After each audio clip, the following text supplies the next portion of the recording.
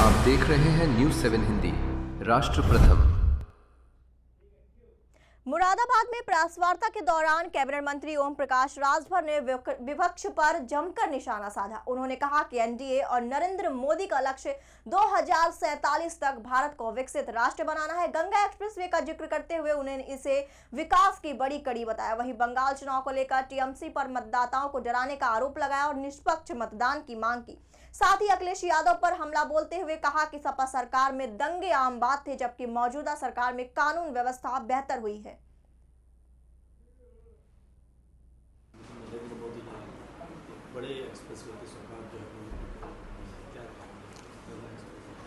कि एनडीए गठबंधन और देश के प्रधानमंत्री माननीय नरेंद्र मोदी जी का सपना है कि 2047 तक भारत को विकसित राष्ट्र बनाने का। उसी कड़ी में प्रतिदिन एक नई सौगात देश को मिल रही है। हम अगर उत्तर प्रदेश की बात करें तो वो उत्तर प्रदेश में एक सबसे लंबा एक्सप्रेसवे गंगा एक्सप्रेसवे का आज उद्घाटन देश के प्रधानमंत्री माननीय नरेंद्र मोदी जी के द्वारा हो रहा है। तो एक सवाल मेरा था, पश्चिम बंगाल से जुड़ा हुआ है। वहाँ जो आईपीएस वहाँ जो हैं शर्मा भेजे हैं जयपाल शर्मा, उसको लेकर के ममता बनर्जी तो है ही उसमें, लेकिन जो यहाँ के जो अखिलेश यादव हैं वो भी उसको घेरने की बात कर रहे हैं, हमलावर हो रहे हैं कि उसको देख लेंगे बात। सरकार इस पर क्या कार्रवाई करेगी ये भी देखेंगे। अखिलेश यादव जी चूँकि तृणमूल कांग्रेस के जो प्रत्याशी वहाँ हैं वो मतदाताओं को धमका रहे हैं कि तुम हमको वोट नहीं दोगे तो चुनाव के बाद हम आपको देख लेंगे, ऐसा वहाँ ये प्रत्याशी का कहना है। तो इस बात को लेकर के चुनाव आयोग की नैतिक जिम्मेदारी है सकुशल चुनाव कराना। हर मतदाता स्वतंत्र रूप से बूथ पर जाकर के अपना वोट दे। अब अखिलेश जी को दर्द इस बात का हो रहा है कि हमारी राज्य में 1000 दंगे हुए, 1200 जन की हानि हुई, सब कुछ छूट थी, चाहे दंगा करो कर्फ्यू लगे, उनके राज्य में छूट थी। चुनाव हो रहा है, बंगाल में तकलीफ हो रही है, यूपी में अखिलेश जी को। तो ये तो साफ झलकता है कि वो चाहते हैं कि प्रदेश में अमन चैन न रहे, प्रदेश में दंगा फसाद होता रहे, मारकाट होता रहे, जो उनके रेजिम में होता था। आप लोग अच्छी तरह जानते हैं मुजफ्फरनगर आपस में लोग कट मर रहे थे, एसएफआई में बैठ करके आईजे मुख्यमंत्री नाच देख रहे थे। वही चीज़ वो चाहते हैं। और आज सूबे में योगी आदित्यनाथ जी के नेतृत्व में 9 साल के ऊपर हो गया। चाहे कोशिश लोगों ने बड़ी की, बहराइच में कि दंगा हो जाए, कोशिश किया संभल में दंगा हो जाए, कोशिश किया कि बरेली में दंगा हो जाए, बड़ी कोशिश हुई, लेकिन कहीं दंगा कराने में असफल रहे सब लोग। अभी गाजीपुर की घटना के संबंध में आप देखिए, जहां ब्राह्मण बनाम बैकवर्ड है वहां तो अखिलेश जी जाते हैं। चाहे इटावा में कथावाचक को लेकर के ब्राह्मण का मामला आया, चाहे आपके गाजीपुर की घटना में ब्राह्मण का बेटा और विश्वकर्मा की बेटी का प्रेम प्रपंच।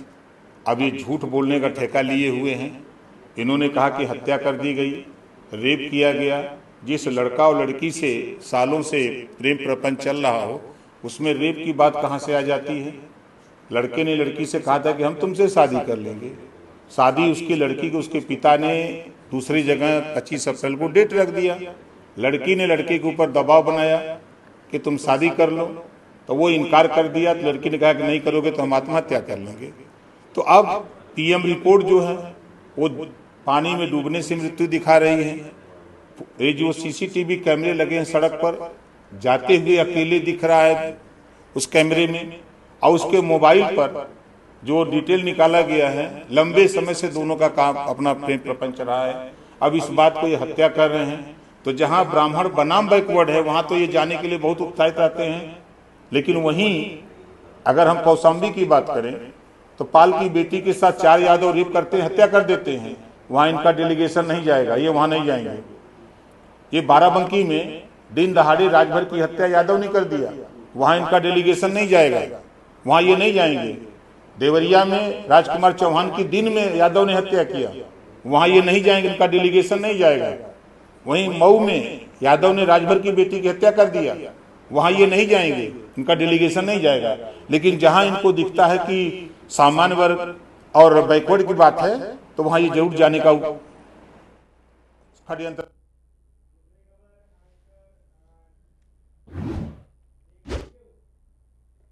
बुलंदशहर के खुर्जा में हुए तिहरे हत्याकांड का मुख्य आरोपी जीतू सैनी पुलिस मुठभेड़ में ढेर हो गया है। 50,000 का इनामी बदमाश जीतू सैनी पुलिस के साथ हुई मुठभेड़ में गोली लगने से घायल हुआ, जिसे अस्पताल ले जाया गया, जहां डॉक्टरों ने उसे मृत घोषित कर दिया। मुठभेड़ के दौरान स्वैट टीम प्रभारी इंस्पेक्टर मोहम्मद असलम और हेड कांस्टेबल मोहित मलिक भी गोली लगने से घायल हुए, जिन्हें हायर सेंटर रेफर किया गया है। आरोपी के कब्जे से हथियार और कारतूस भी बरामद हुए हैं।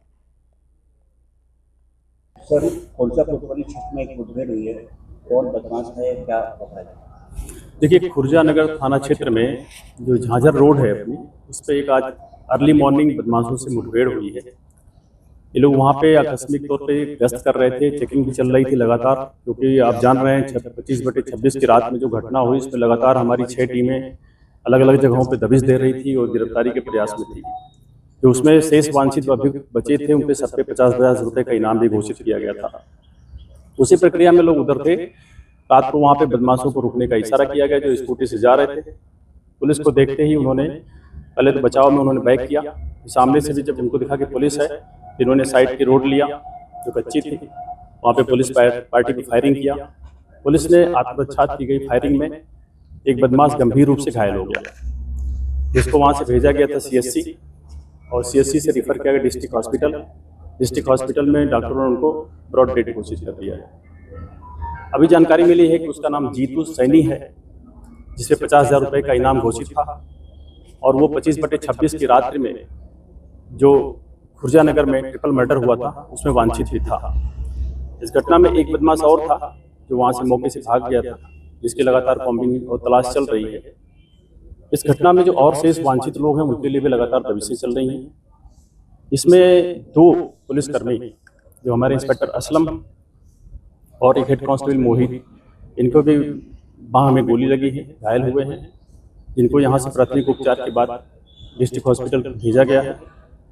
2 लोगों को बुलेट प्रूफ जैकेट में भी गोली लगी है, वो रामफल और कपिल के जो वहाँ पर मौके पे थे। ये अभी हम इस पर डिटेल ले रहे हैं। मौके पे काफ़ी खोखा कारतूस और जिंदा कारतूस भी मिला है। वहाँ पे एक स्कूटी भी पड़ी हुई है और पिस्टल 32 बोर की मिली है, जो वहाँ बदमाश के पास से थी। हमारी फील्ड यूनिट साक्ष्य संकलन की कार्रवाई। चुने हुए इंग्रेडिएंट्स और फाइनेस्ट ग्रेडिंग से बनते हैं लाजवाब टेस्टी मसाले, राजेश मसाले।